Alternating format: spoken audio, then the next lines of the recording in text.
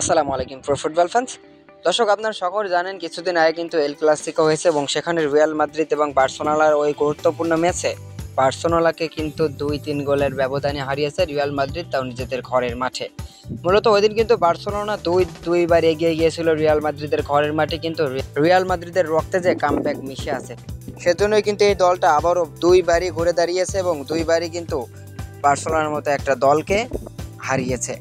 এবং এখনকার El Clasico কিন্তু আগের এল ক্লাসিকোর মতো জমে না। আসলে সেই কথাটা উঠতেই কিন্তু আবার ওই কথাটা এক প্রকার খোঁচা দিয়ে বসলেন জার্মান মিডফিল্ডার টনি ক্রুস। মূলত তিনি মার্কাকে দেওয়া এক সাক্ষাৎকারে তিনি বলেছেন, কোনো দলই ভালো খেলেনি এই ম্যাচে। আমরা যদি এই ম্যাচটা মন দিয়ে খেলতাম তাহলে ওদের বার্সেলোনাকে 4-0 গোলে হারাতে পারতাম। মূলত একটা দলকে কতটা ছোট করে দেখতে পারলে একটা খেলোয়াড় এইভাবে কথা বলতে পারে, আপনি আপনার ভেবে দেখুন। মূলত এই কথাটি বলার পর থেকে স্প্যানিশ গণমাধ্যমে প্রচুর পরিমাণে এই কথাটি ভাইরাল হয়েছে, আর বার্সেলোনার সমর্থকেরা আরও বেশি রাগান্বিত হয়েছে রিয়াল মাদ্রিদের ওপর। তো দর্শক, এই বিষয়টি আপনার কাছে কেমন লেগেছে অবশ্যই জানিয়ে দেবেন আমাদের ভিডিওর কমেন্ট বক্সে।